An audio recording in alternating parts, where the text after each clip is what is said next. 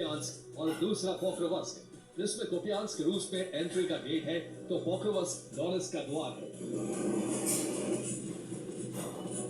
इसलिए दोनों ही जगहों पर रूसी सेना ने अपनी पूरी ताकत झोंक दी थी।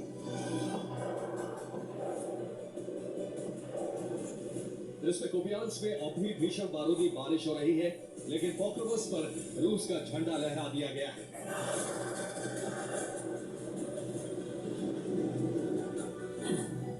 और ये सिर्फ दावा नहीं है, बल्कि इससे प्रमाणिकता देती है ये तस्वीर, जिसमें यूक्रेनी सैनिकों के सरेंडर की पुष्टि होती है, जहां ड्रोन से यूक्रेन के उस ध्वज को उड़ाकर रूसी ध्वज लहराया गया है। जहां कभी ज़ेलेंस्की ने सेल्फी लेकर अपनी ताकत का प्रदर्शन किया था, यही तस्वीरें बताती हैं कि रूसी सेना की 18 महीने की मेहनत सफल हो चुकी है।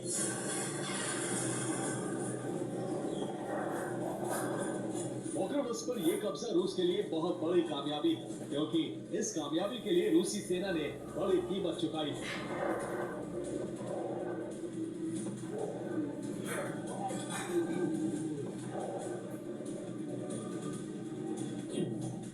दरअसल पोक्रोवस्क पर जीत के लिए रूस ने जुलाई 2024 में अभियान शुरू किया था। इस अभियान में फ्रंट पर जंग लड़ने वाले हजारों की सैनिकों की जान जा चुकी है। वहीं रूसी हमले में यूक्रेनी सैनिकों को भी बड़ा नुकसान उठाना पड़ा है। दावा है कि इस संघर्ष में पिछले 18 महीने के दौरान 20,000 से ज्यादा सैनिकों की मौत हो चुकी है।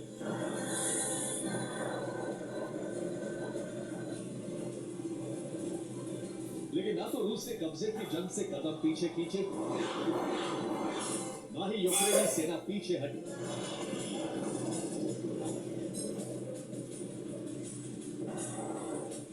पर अब यूक्रेनी सेना सरेंडर करने के लिए मजबूर हो गई, और उन्हें मजबूर किया है रूस की 7वीं एयर असॉल्ट कोर ने।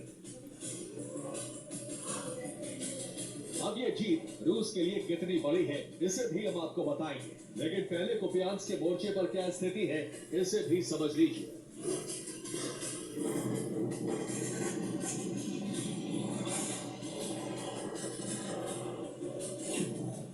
इस क्षेत्र में भी रूसी सेना ने यूक्रेनी सेना को घेर लिया है, और इस घेराव का असर ये है कि यूक्रेनी सेना ने आत्मसमर्पण करना शुरू कर दिया है।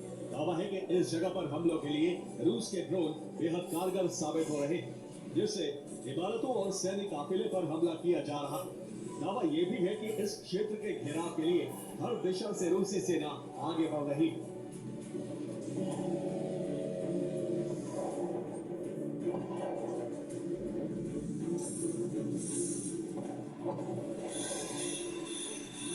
कुपियांस्क के मोर्चे पर यूक्रेनी सेना पर लगातार भीषण हमले हो रहे हैं। इसलिए पश्चिमी क्षेत्र में तैनात यूक्रेनी सैनिक अपनी यूनिट की मदद के लिए जवाबी हमले भी कर रहे हैं, लेकिन ये हमले विफल ही साबित हो रहे हैं।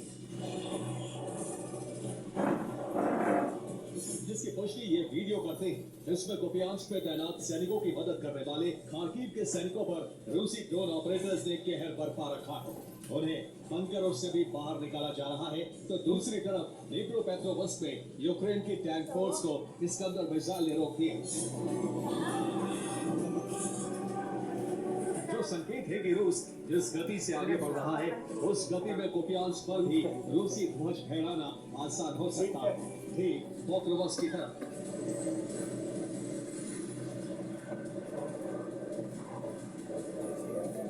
अब सवाल यह है कि पोक्रोवस्क पर रूसी ध्वज को बड़ी सफलता क्यों माना जा सकता है। इस सवाल का जवाब क्षेत्र का रणनीतिक महत्व देता है।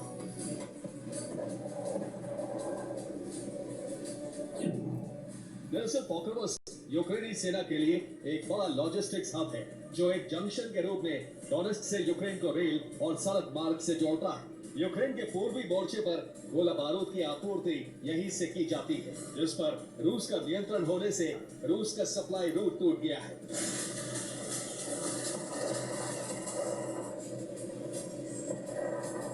इसके अलावा जियोपॉलिटिक्स में भी पोक्रोवस्क की भूमिका अहम है, और वो इसलिए क्योंकि डोनेट्स्क को रूस ने अपना बताया है, और पोक्रोवस्क इसी डोनेट्स्क का द्वार है, जो अब यूक्रेन के लिए बंद हो गया है, जिससे यूक्रेन की डिफेंस लाइन कमजोर हो गई है, जो डोनेट्स्क पर जीत का सबसे बड़ा अवसर है।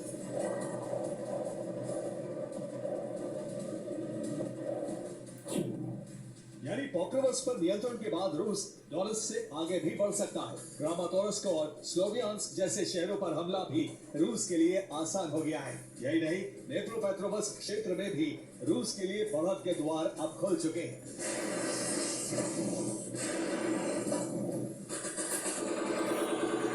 यही नहीं, पॉक्रोवस वो क्षेत्र है जिसे खोकर यूक्रेन आने वाले दिनों में संघर्ष के मोर्चे पर बहुत पीछे चला जाएगा।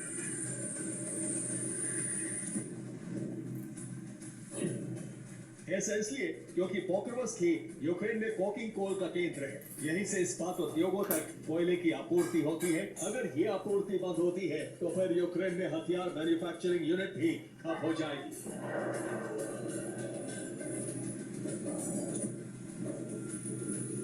यानी पॉक्रोवस जैसे सिर्फ रणनीतिक क्षेत्र पर रूस का कब्जा यूक्रेन को आने वाले दिनों में घुटनों पर ला सकता है।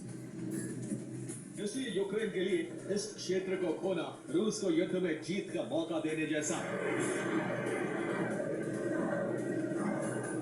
और ये मौका अब पुतिन के हाथ में है। Bureau report, TV9।